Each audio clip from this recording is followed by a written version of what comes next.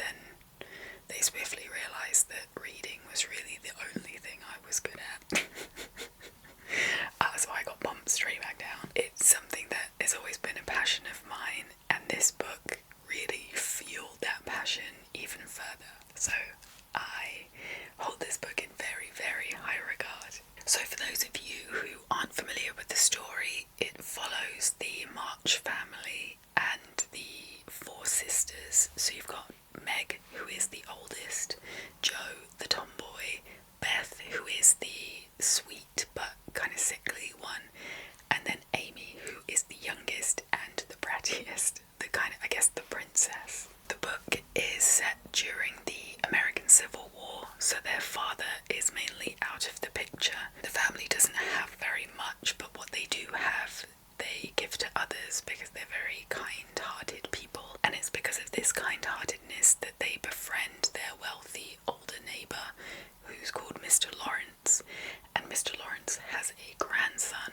called Laurie. I actually had to look it up because I couldn't believe that his name was Laurie Lawrence. But his name's actually Theodore, and I'm sure it does say that in the book, but I just forgot.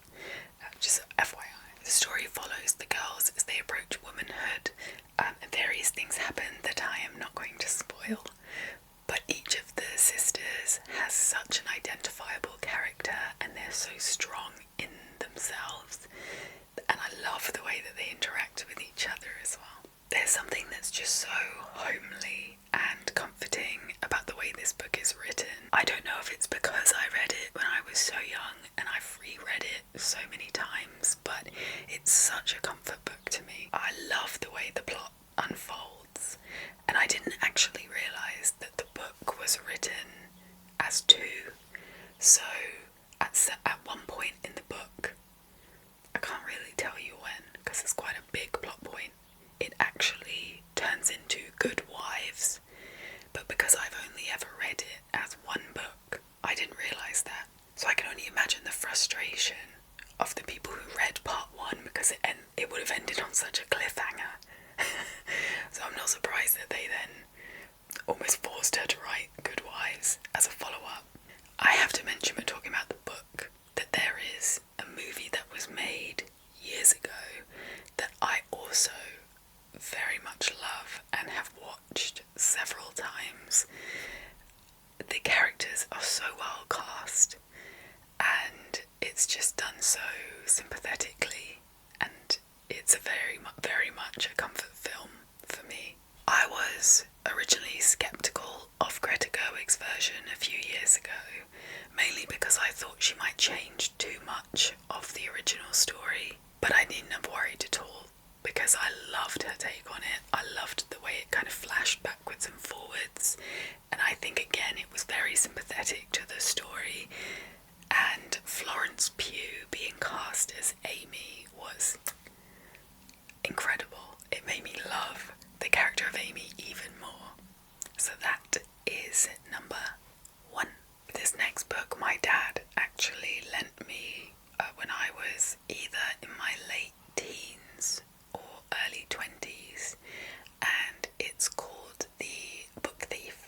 I'm going to read you the blurb for this one just so I don't spoil anything. I'm very wary. Here is a small fact. You're going to die. 1939, Nazi Germany. The country is holding its breath. Death has never been busier. Liesel, a 9-year-old girl, is living with a foster family on Himmel Street. Her parents have been taken away to a concentration camp. Liesel steals books. This is her story and the story of the inhabitants of her street when the bombs begin to fall. And then it finishes by saying some important information. This novel is narrated by death.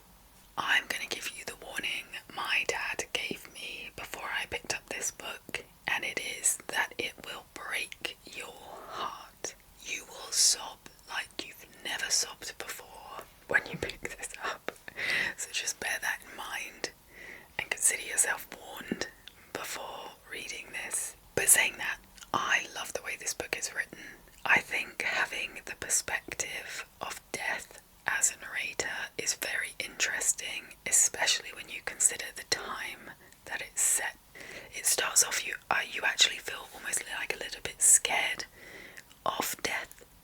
as the narrator, because it is this hugely ominous, and the way it's written is very ominous. And then as things unfold, I can't say any more, but it's just really beautifully written. And being set in Germany during World War II, you know that it is going to be pretty tense, but it really does make you catch your breath in parts. So along with the heartbreak, it will make your heart stop. It's got everything. I also love how the title plays into the plot of the book, that reading is knowledge and power, and the Nazis are fighting so hard to take that away from people, but Liesel, as a book thief, is just trying to regain some of that.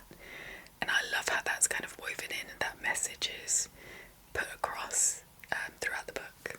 And I will add, in a complete opposite from the Little Women movies, I actually had to turn off the Book Thief movie because the characters that I had imagined in my head, Markus Zusak, the author of the Book Thief, creates such a vivid world that to me just did not translate into the movie. There were some characters that were very different from how I had pictured them from his writing, and also there were parts of the book that were changed to fit the movie, which I just didn't agree with, so I just couldn't bring myself to watch the rest of it. But I do recommend it if you haven't read it before, just because it is such a powerful book, both through the message, the historical setting, and just the characters and the plot. It is wonderful. Book 3, the final book to be covered today, is the most recent of my all-time favourites, and it's called Life After Life by Kate Atkinson. It is definitely a book that I recommend to absolutely everybody that I speak to about books, whether they ask for a recommendation or not. This is what I tell them to read.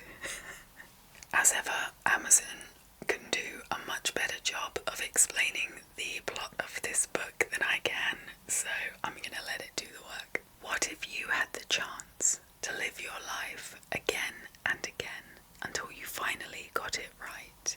During a snowstorm in England in 1910, a baby is born and dies before she can take her first breath. During a snowstorm in England in 1910, the same baby is born and lives to tell the tale. What if there were second chances and third chances? In fact, an infinite number of chances to live your life. Would you eventually be able to save the world from its own inevitable destiny? And would you even want to? Life After Life follows Ursula Todd as she lives through the turbulent events of the last century again and again. With wit and compassion, Kate Atkinson finds warmth even in life's bleakest moments and shows an extraordinary ability to evoke the past. Here she is at her most profound and inventive in a novel that celebrates the best and worst of ourselves. This concept to me is phenomenal, and at the time I read it, which was a few years ago now, it was so unique. And I have read a few books since with a very similar premise, but absolutely none of them have lived up to the writing and the style of this one. I think I've said this before about Kate Atkinson, but she really is not afraid of death and twists with characters, so there are parts that will definitely hurt your heart. I always find when characters remind me of family members, that's when it gets me the most, and when I associate that character with that family member, if something bad happens to them, that's it. I'm done for. And I remember that's what happened in this book. I've read most, if not all, of Kate Atkinson's work at this point, but this is by far the standout. I love absolutely everything about this. I love Ursula, the main character. I love her brother, the plot, the way it unfolds. I love the way the deaths are written, and then when it goes backwards, there's nothing I can say that is negative about this book. And like the other two, I actually saw there's a TV series about this book, but I have not brought myself to watch it yet. I think this book is very special to me and I love it so much. I don't really know how the TV show can do it justice. You know, when things get dulled down to make it more accessible to a wider audience, and so you lose some of the kind of like harsher, more graphic elements, and I'm worried by doing that they'll like kind of gloss over the impact of the book. Maybe one day I will watch it, but I think I'm good for now. I actually think I want to reread Life After Life again, and then maybe I'll watch the show. But if you've read the book and you've watched the show and you think it is good enough to do the book justice, let me know and then maybe I'll give it a go sooner. So there you have it, my 3 favourite books of all time. There are obviously other books that I've loved in the past, but these 3 are the ones that really stand out to me as just being that little bit extra special. I would love to know the top 3 books for you, so please do let me know in the comments. I've also recently started this thing called Ko-fi. I have no idea how you say it. I'll put it up somewhere on here, but it's basically a place where we can have a further discussion about books on a one-on-one basis, and also if you are so inclined you can also contribute towards my TBR list, but I've put the link in the description, so feel free to go check it out and there's more information there as well. As ever, let me know your thoughts, don't forget to subscribe, and in the meantime I hope you have a great day or night wherever in the world you are, and I'll see you next time.